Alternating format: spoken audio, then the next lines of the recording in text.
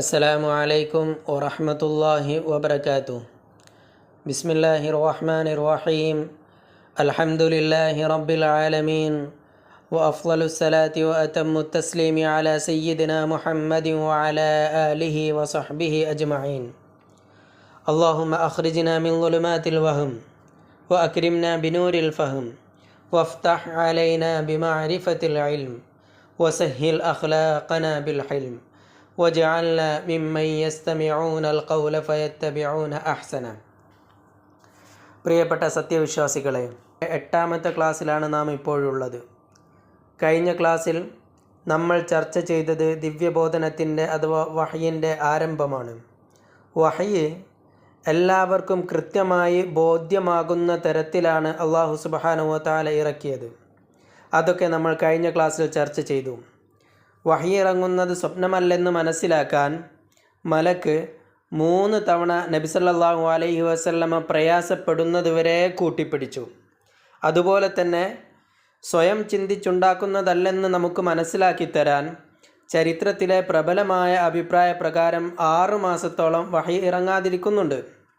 ആ സന്ദർഭത്തിൽ നബി സല്ലല്ലാഹു അലൈഹി വസല്ലമ വല്ലാതെ പ്രയാസപ്പെടുന്നുമുണ്ട്. സ്വയം ചിന്തിച്ചുണ്ടാക്കുന്നതാണെങ്കിൽ ഇങ്ങനെ കാത്തിരിക്കുകയും പ്രയാസപ്പെടുകയും ചെയ്യേണ്ട ആവശ്യമില്ലായിരുന്നല്ലോ. ഇങ്ങനെയുള്ള അസാധാരണ സംഭവം സാധ്യമാണെന്ന് മനസ്സിലാക്കാനാവട്ടെ നുബൂവത്തിന് മുമ്പ് തന്നെ പല ഇർഹാസാത്തുകളും അഥവാ അസാധാരണ സംഭവങ്ങളും ജനങ്ങൾക്ക് കാണാൻ സാധിക്കും വിധം അള്ളാഹു സംവിധാനിച്ചിട്ടുണ്ട്. ഇതൊക്കെ നബി സല്ലല്ലാഹു അലൈഹി വസല്ലമ പറയുന്നത് സത്യമാണെന്ന് മനസ്സിലാക്കാൻ പര്യാപ്തമായ സാഹചര്യ തെളിവുകളായിരുന്നു. പറയുന്ന മാത്രയിൽ തന്നെ ആരും വിശ്വസിക്കും. കഴിഞ്ഞ ക്ലാസ്സിൽ സൂചിപ്പിച്ചതുപോലെ ആദ്യ സമയത്ത് ഇറങ്ങിയത് അഥവാ ആദ്യ വഹയ് ഉണ്ടായ സന്ദർഭത്തിൽ ഇറങ്ങിയത് കേവലം 5 സൂക്തങ്ങളാണ്. പക്ഷേ ആ 5 സൂക്തങ്ങളിലും പ്രബോധനം ചെയ്യാനുള്ള കൽപ്പനയുണ്ടായിരുന്നില്ല. മാത്രവുമല്ല, ആദ്യ 5 സൂക്തങ്ങൾ ഇറങ്ങിയതിന് ശേഷം 6 മാസത്തോളം ദിവ്യബോധനം വഹയ് ലഭിക്കാതെ നിൽക്കുന്നുമുണ്ട്. നബി സല്ലല്ലാഹു അലൈഹി വസല്ലം ഈ വഹയ് ലഭിക്കാത്ത കാരണത്താൽ വല്ലാതെ പ്രയാസം അനുഭവിക്കുകയും ചെയ്യുന്നുണ്ട്. ഇതൊക്കെ നമ്മൾ സൂചിപ്പിച്ചതാണ്. അവസാനം ഹിറാ ഗുഹയിലായിരിക്കെ ജിബ്രീൽ അലൈഹിസ്സലാത്തു വസ്സലാം വന്നു. ആ കഥ നബി സല്ലല്ലാഹു അലൈഹി വസല്ലം തന്നെ പറയുന്നുണ്ട്. ഫബൈനമ അന അംഷി, ഞാൻ നടക്കുന്നതിനിടയിൽ സമിഅതു സൗതം മിനസ് സമാ, ഞാൻ ആകാശത്ത് നിന്നൊരു ശബ്ദം കേട്ടു. ഫറഫഅതു ബസരി ഖിബല സമാ, ആ സന്ദർഭത്തിൽ ഞാൻ ആകാശത്തേക്ക് നോക്കി. ഫഇദൽ മലകുല്ലദി ജാഅനി ബിഹിറാ ഖാഇദുൻ അലാ കുർസിയിൻ ബൈന സമാഇ വൽ അർദ്, ആ സന്ദർഭത്തിൽ ഹിറാ ഗുഹയിലായിരിക്കെ എൻ്റെ പക്കലേക്ക് വന്ന മലക്ക് ആകാശഭൂമികൾക്കിടയിൽ ഒരു കുർസിയിൽ, ഒരു കസേരയിൽ ഇരിക്കുന്നതായിട്ട് ഞാൻ കണ്ടു.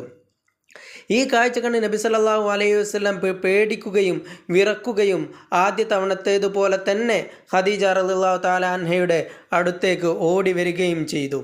എന്നിട്ട് ഖദീജ റളിയല്ലാഹു തആല അൻഹയോട് സമ്മിലൂനി എന്ന് പറഞ്ഞു. അഥവാ എനിക്ക് പുതപ്പ് മൂടിത്തരൂ എന്നായിരുന്നു നബി സല്ലല്ലാഹു അലൈഹി വസല്ലം അപ്പോൾ പറഞ്ഞത്. അങ്ങനെ ഖദീജ റളിയല്ലാഹു തആല അൻഹ പുതപ്പ് മൂടിക്കൊടുക്കുകയും നബി സല്ലല്ലാഹു അലൈഹി വസല്ലമക്ക് ആശ്വാസമേകുകയും ചെയ്തു. ആ സന്ദർഭത്തിൽ നബി സല്ലല്ലാഹു അലൈഹി വസല്ലം ഇങ്ങനെ കിടക്കുന്നതിനിടയിലാണ് സൂറത്തുൽ മുദ്ദത്തിർ ഇറങ്ങുന്നത്. ബിസ്മില്ലാഹിർ റഹ്മാനിർ റഹീം. യാ അയ്യുഹൽ മുദ്ദത്തിർ ഖും ഫഅൻദിർ വറബ്ബക ഫകബ്ബിർ വസിയാബക ഫതഹിർ എന്ന് തുടങ്ങുന്ന സൂക്തം ഇറങ്ങിയത് ആ സന്ദർഭത്തിലാണ്. അതിനർത്ഥം, മൂടിപ്പൊതച്ച് കിടന്നുറങ്ങുന്നവനെ ഖും ഫഅൻദിർ, എഴുന്നേറ്റ് ജനങ്ങൾക്ക് പ്രബോധനം ചെയ്യൂ. അങ്ങനെ ഈ 2ാമത്തെ സൂറത്തിലാണ് പ്രബോധനം ചെയ്യാനുള്ള ആഹ്വാനമുണ്ടായത്. അങ്ങനെ നബി സല്ലല്ലാഹു അലൈഹി വസല്ലമ പ്രബോധന ദൗത്യവുമായി ജനങ്ങളുടെ പക്കലേക്ക് വരികയായിരുന്നു. പക്ഷേ മക്കക്കാരുടെ ബഹുദൈവ വിശ്വാസവും കുത്തഴിഞ്ഞ സംസ്കാരവും അവരുടെ മനസ്സുകളിൽ രൂഢമൂലമായിരിക്കുന്നതിനാൽ പെട്ടെന്നൊന്നും അവരെ പ്രബോധനം നടത്തുക വഴി മനസ്സ് പരിവർത്തിപ്പിക്കുക സാധ്യമായിരുന്നില്ല. അതിന് നല്ല സമയവും അതുപോലെ തന്നെ ഗ്രൗണ്ട് സപ്പോർട്ടും അത്യാവശ്യമാണ്. അതുകൊണ്ട് തന്നെ നബി സല്ലല്ലാഹു അലൈഹി വസല്ലമ ആദ്യ കാലഘട്ടത്തിൽ ഈ വഹയ് ഇറങ്ങിയ കാര്യവും മറ്റും തൻ്റെ വളരെ അടുപ്പക്കാരോട് മാത്രമാണ് പറഞ്ഞത്. അതും വളരെ വളരെ രഹസ്യമായിട്ടായിരുന്നു നബി സല്ലല്ലാഹു അലൈഹി വസല്ലം പറഞ്ഞിരുന്നത്. തൻ്റെ ഭാര്യയായ ഖദീജ റളിയല്ലാഹു തആല അൻഹ, തൻ്റെ സംരക്ഷണത്തിൽ വളരുന്ന അലി ഇബ്നു അബി താലിബ് റളിയല്ലാഹു തആല അൻഹു, തൻ്റെ വളർത്തുമകനായ സെയ്ദ് റളിയല്ലാഹു അൻഹു തുടങ്ങിയവരോടൊക്കെ നബി സല്ലല്ലാഹു അലൈഹി വസല്ലമ പറയുകയും അവരൊക്കെ ഇസ്ലാം മതം സ്വീകരിക്കുകയും ചെയ്തു. അവരൊക്കെ സദാസമയം നബി സല്ലല്ലാഹു അലൈഹി വസല്ലമയുടെ കൂടെ ജീവിക്കുന്നവരായതിനാൽ നബി സല്ലല്ലാഹു അലൈഹി വസല്ലമ പറയുന്ന മാത്രയിൽ തന്നെ സ്വീകരിക്കാൻ തയ്യാറായിരുന്നു. കാരണം അവർക്ക് നബി സല്ലല്ലാഹു അലൈഹി വസല്ലമയെ അത്രത്തോളം അറിയാമായിരുന്നു. അതുപോലെ തന്നെ പ്രവാചകരുടെ നുബുവത്തിന് ശേഷം നമ്മൾ കഴിഞ്ഞ ക്ലാസ്സുകളിൽ ചർച്ച ചെയ്തതാണ്. പ്രവാചകരുടെ നുബുവത്തിന് ശേഷം സല്ലല്ലാഹു അലാ മുഹമ്മദ് സല്ലല്ലാഹു അലൈഹി വസല്ലം കേവലം പെൺകുട്ടികൾ മാത്രമാണ് ജീവിച്ചത്. ആൺകുട്ടികളൊക്കെയും വളരെ ചെറുപ്രായത്തിൽ തന്നെ മരണപ്പെടുന്നുണ്ട്. നബി സല്ലല്ലാഹു അലൈഹി വസല്ലമയുടെ നുബുവത്തിന് ശേഷം ജീവിച്ച പെൺകുട്ടികളൊക്കെയും അതേ പ്രകാരം തന്നെ നബി സല്ലല്ലാഹു അലൈഹി വസല്ലമയിൽ വിശ്വസിച്ചിരുന്നു. ഏതായാലും പറഞ്ഞാൽ വിശ്വസിക്കുമെന്ന് 100% ബോധ്യമുള്ളവരോട് മാത്രമാണ് ആദ്യകാലത്ത് നബി സല്ലല്ലാഹു അലൈഹി വസല്ലമ പ്രബോധനം നടത്തിയത്. അതുപോലെ തന്നെ ആദ്യകാലത്ത് തന്നെ ഇസ്ലാമിലേക്ക് കടന്നു വന്നവരിൽപ്പെട്ടവരാണ് അബൂബക്കർ സിദ്ദീഖ് റളിയല്ലാഹു തആല അൻഹു. നബി സല്ലല്ലാഹു അലൈഹി വസല്ലമ തന്നെ ഒരു ഹദീസിൽ പറയുന്നുണ്ട്, മാ ദഅഉതു അഹദൻ ഇലൽ ഇസ്ലാം ഇല്ലാ കാനത് ഫീഹി ഇൻദഹു കബുവത്തുൻ വനളറുൻ വതറദ്ദുദുൻ ഇല്ലാ മാ കാന മിൻ അബീ ബക്കർ ബിൻ അബീ ഖുഹാഫ മാ അകമ അൻഹു ഹീന ദകർതുഹു ലഹു വമാ തറദ്ദദ ഫീഹി. ഞാൻ ആരൊക്കെ ഇസ്ലാമിലേക്ക് ക്ഷണിച്ചിട്ടുണ്ടോ അവരൊക്കെ ഒരു മനപ്രയാസം അല്ലെങ്കിൽ ഒരു ശങ്കിച്ചുകൊണ്ട് കൂടുതൽ ആലോചിച്ചുകൊണ്ടാണ് ഇസ്ലാമിലേക്ക് കടന്നു വന്നത്. പക്ഷേ ഇങ്ങനെയൊന്നുമില്ലാതെ ഇസ്ലാമിലേക്ക് കടന്നു വന്ന വ്യക്തിയാണ് മഹാനായ അബൂബക്കർ സിദ്ദീഖ് റളിയല്ലാഹു തആല അൻഹു. നബി സല്ലല്ലാഹു അലൈഹി വസല്ലമ പറയുകയാണ്, കാരണം എന്തുകൊണ്ടാണ് അബൂബക്കർ സിദ്ദീഖ് റളിയല്ലാഹു തആല അൻഹു നബി സല്ലല്ലാഹു അലൈഹി വസല്ലമയെ കേട്ട മാത്രയിൽ വിശ്വസിച്ചതെന്ന് നമ്മൾ കഴിഞ്ഞ ക്ലാസ്സിൽ ചർച്ച ചെയ്തതാണ്. അതുകൊണ്ട് ഞാൻ ആ വിഷയം ഇവിടെ കൂടുതൽ ചർച്ച ചെയ്യാൻ താല്പര്യപ്പെടുന്നില്ല. അബൂബക്കർ സിദ്ദീഖ് റളിയല്ലാഹു തആല അൻഹുവിൻ്റെ ഇസ്ലാം ആശ്ലേഷണം കേവലം ഒരു വ്യക്തിയുടെ ഇസ്ലാം ആശ്ലേഷണം മാത്രമായിരുന്നില്ല, അതൊരു സമൂഹത്തിൻ്റെ, ഒരു ഉമ്മത്തിൻ്റെ ഇസ്ലാം ആശ്ലേഷണമായിരുന്നുവെന്ന് ചരിത്ര ഗ്രന്ഥങ്ങളിൽ നിന്ന് നമുക്ക് വായിക്കാൻ സാധിക്കുന്നു. കാരണം അബൂബക്കർ സിദ്ദീഖ് റളിയല്ലാഹു തആല അൻഹു ഇസ്ലാമിലേക്ക് കടന്നു വന്നതിന് ശേഷം അബൂബക്കർ സിദ്ദീഖ് റളിയല്ലാഹു തആല അൻഹു മുഖേന മക്കയിലെ നിരവധി പ്രമുഖരായ സഹാബികൾ ഇസ്ലാമിലേക്ക് കടന്നു വരുന്നുണ്ട്. ഉദാഹരണത്തിന് ഉസ്മാൻ ബിൻ അഫ്ഫാൻ റളിയല്ലാഹു തആല അൻഹു, അബ്ദുറഹ്മാൻ ബിൻ ഔഫ് റളിയല്ലാഹു തആല അൻഹു, സഅദ് ബിൻ അബി വഖാസ് റളിയല്ലാഹു തആല അൻഹു, സുബൈർ ബിൻ അൽ-അവ്വാം റളിയല്ലാഹു തആല അൻഹു, തൽഹത്ത് ബിൻ ഉബൈദില്ല തുടങ്ങി പല പ്രമുഖരായിട്ടുള്ള സഹാബികളും അബൂബക്കർ സിദ്ദീഖ് റളിയല്ലാഹു തആല അൻഹു മുഖേനയാണ് ഇസ്ലാമിലേക്ക് കടന്നു വരുന്നത്.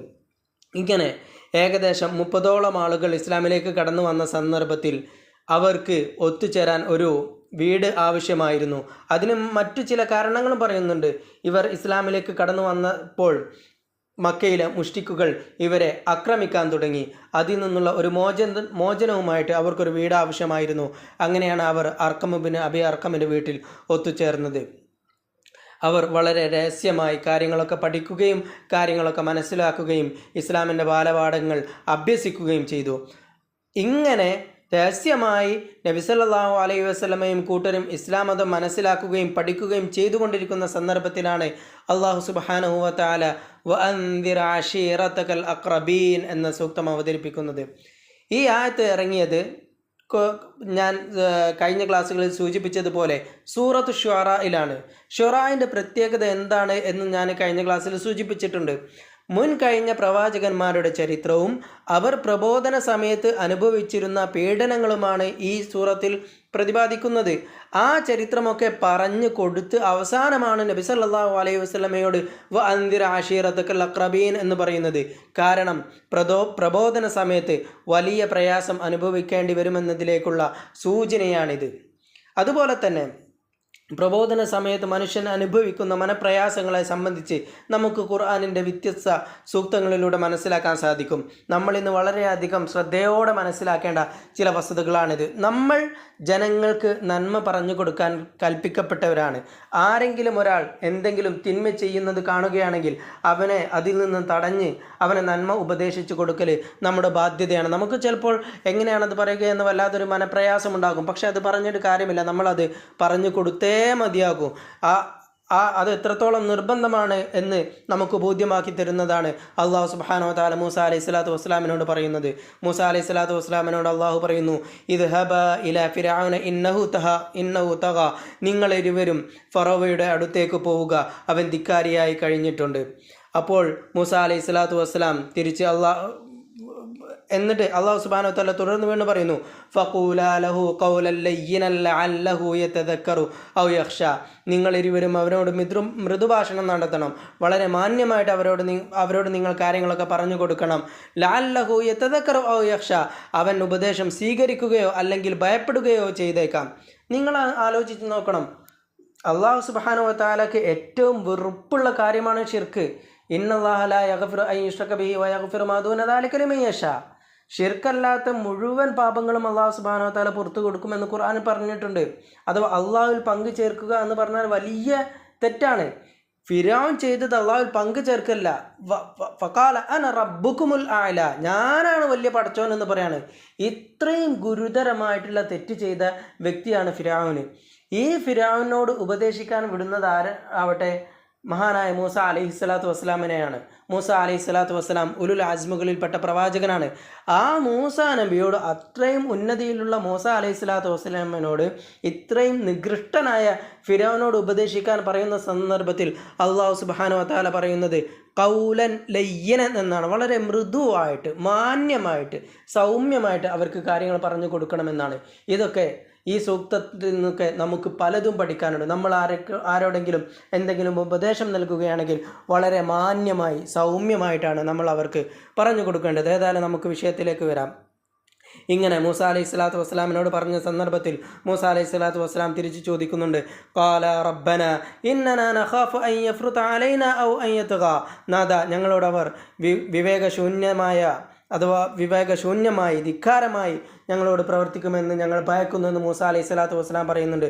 അപ്പോൾ വീണ്ടും അള്ളാഹു പറഞ്ഞു കൊടുക്കുകയാണ്, ഖാല ലാ തഖാഫ, നിങ്ങൾ ഭയപ്പെടേണ്ട, ഇന്നനി മഅകുമ അസ്മഉ വഅറ, ഞാൻ കണ്ടും കേട്ടും നിങ്ങൾക്കൊപ്പം തന്നെയുണ്ടെന്ന്. അഥവാ പ്രബോധന സമയത്ത് നമ്മൾക്ക് വല്ലാതെ മാനസിക പ്രയാസങ്ങൾ ഉണ്ടാകും. നമ്മളോട് പറയുന്ന പോലെയായിട്ടാണ് നമ്മൾ ഈ സൂക്തങ്ങളെ മനസ്സിലാക്കേണ്ടത്. നിങ്ങളതൊന്നും വിഷമിക്കേണ്ട, ഞാൻ നിങ്ങളുടെ കൂടെയുണ്ടെന്ന് പടച്ചോൻ നമ്മളോട് പറയുകയാണ്.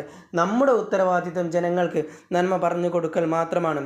നബി സല്ലല്ലാഹു അലൈഹി വസല്ലമയുടെ ചരിത്രത്തിലേക്ക് വരാം.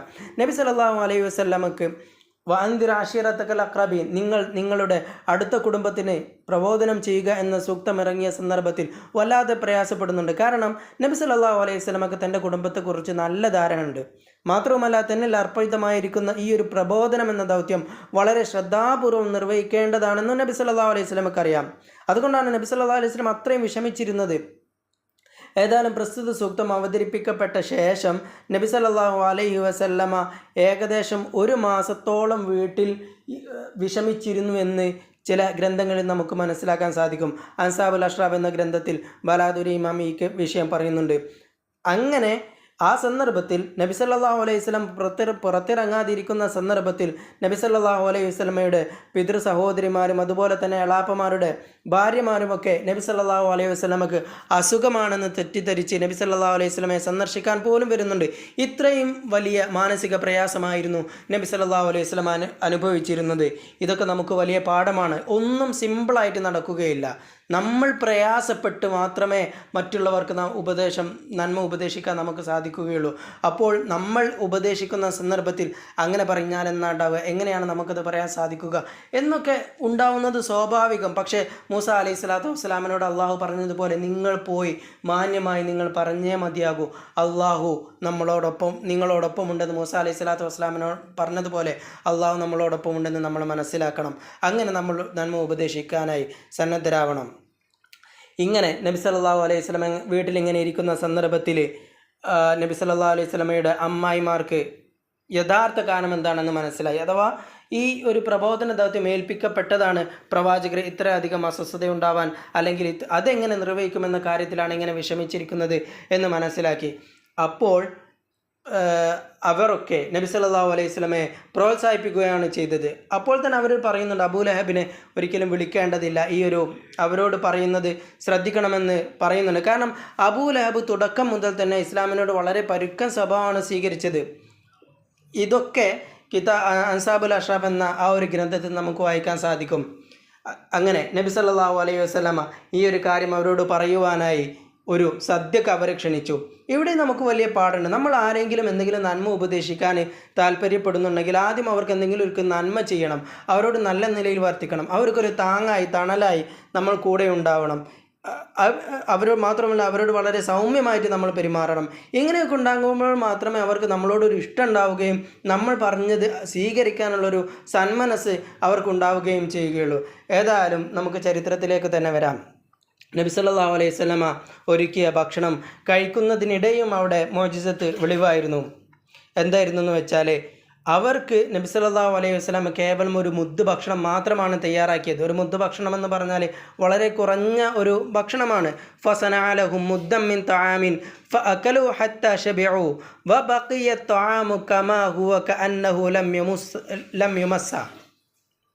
അഥവാ അവർക്ക് നബി സല്ലല്ലാഹു അലൈഹി വസല്ലം ഭക്ഷണം തയ്യാറാക്കി, അവരൊക്കെ ഭക്ഷണം കഴിച്ചു കഴിഞ്ഞതിന് ശേഷവും ആ ഭക്ഷണത്തിൽ അവരൊന്നും തൊടാത്തതുപോലെയാണ്, ആ ഭക്ഷണം ഒരിക്കലും ഉപയോഗിക്കാത്തതുപോലെയാണ് അവർക്ക് തോന്നിയത്. അതുപോലെ തന്നെ അതിനുശേഷം അവർക്ക് പാല് നൽകുന്നുണ്ട്. ആ പാലും അവരെല്ലാവരും കുടിച്ചു കഴിഞ്ഞതിന് ശേഷവും ആ പാല് ഒന്നും തൊടാത്തതുപോലെയാണ് അവർക്ക് അനുഭവപ്പെട്ടത്. ഇതൊക്കെ നമുക്ക് മനസ്സിലാക്കി തരുന്നത് മനുഷ്യബുദ്ധിയെ ആദരിക്കുന്ന മതമാണ് ഇസ്ലാം. അതുകൊണ്ട് തന്നെ മനുഷ്യന് ബോധ്യമാകുന്ന തരത്തിലാണ് അള്ളാഹു കാര്യങ്ങളൊക്കെ സംവിധാനിച്ചിരിക്കുന്നത്. ഭക്ഷണം കഴിച്ച് തനിക്ക് ചില കാര്യങ്ങൾ പറയാനുണ്ടെന്ന് നബി സല്ലല്ലാഹു അലൈഹി വസല്ലം ആദ്യമേ അവരെ മുൻകൂട്ടി അറിയിച്ചിരുന്നു. ഭക്ഷണത്തിന് ശേഷം നബി സല്ലല്ലാഹു അലൈഹി വസല്ലം അവരെ ഇസ്ലാമിലേക്ക് ക്ഷണിച്ചു. അവർ അന്നത്തെ ആ സദ്യയിൽ പങ്കെടുത്തത് ഏകദേശം 45 ആളുകളായിരുന്നുവെന്ന് ചരിത്ര ഗ്രന്ഥങ്ങളിൽ നമുക്ക് വായിക്കാൻ സാധിക്കും. അങ്ങനെ നബി സല്ലല്ലാഹു അലൈഹി വസല്ലം അവരോട് സംസാരിച്ചു തുടങ്ങി. ആ സുദീർഘമായ സംസാരത്തിൽ അൽഹംദുലില്ലാഹി അഹ്മദുഹു വഅസ്തഈനുഹു, സുദീർഘമായ ആ പ്രഭാഷണം മുഴുവനായും ഞാൻ വായിക്കാൻ ഉദ്ദേശിക്കുന്നില്ല, കാരണം സമയം വളരെ പരിമിതമായതുകൊണ്ട്. ഏതായാലും നബി സല്ലല്ലാഹു അലൈഹി വസല്ലം അവരോട് ഇസ്ലാമിൻ്റെ ആദ്യ ബാലപാഠങ്ങൾ, വളരെ പ്രാഥമികമായിട്ടുള്ള കാര്യങ്ങൾ അവർക്ക് പറഞ്ഞു കൊടുക്കുകയാണ് ചെയ്തത്. നിങ്ങൾ മരിച്ചതിന് ശേഷം പുനർജനിക്കപ്പെടും. നന്മ ചെയ്തവർക്ക് നന്മയും തിന്മ ചെയ്തവർക്ക് തിന്മയും പ്രതിഫലം നൽകപ്പെടുന്നൊരു ദിനം വരാനുണ്ട്.